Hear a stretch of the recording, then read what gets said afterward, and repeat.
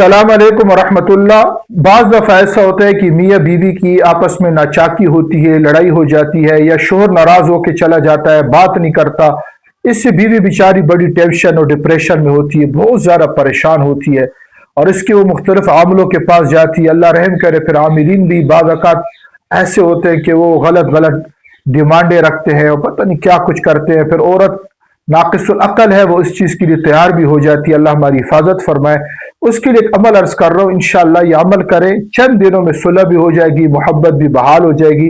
कोई भी मीठी चीज़ आपकी लेनी, मिसाल के तौर पर चाय शौक से पीते हो तो चीनी पर या रहीमो, अल्लाह का सिफात इसमें सिफात है या रहीमो, 101 दफ़ा चीनी पे पढ़ के, किलो चीनी ले ली, आधे किलो ले ली, या घर में जो चीनी आती है उस पर पढ़ के दम करके वो बीवी शोहर को चाय पिलाए। इंशाअल्लाह 3-4 दिन 5 दिन के बाद आपस में सुलह हो जाएगी और आपस में मोहब्बत बरकरार रहेगी। अस्सलाम वालेकुम।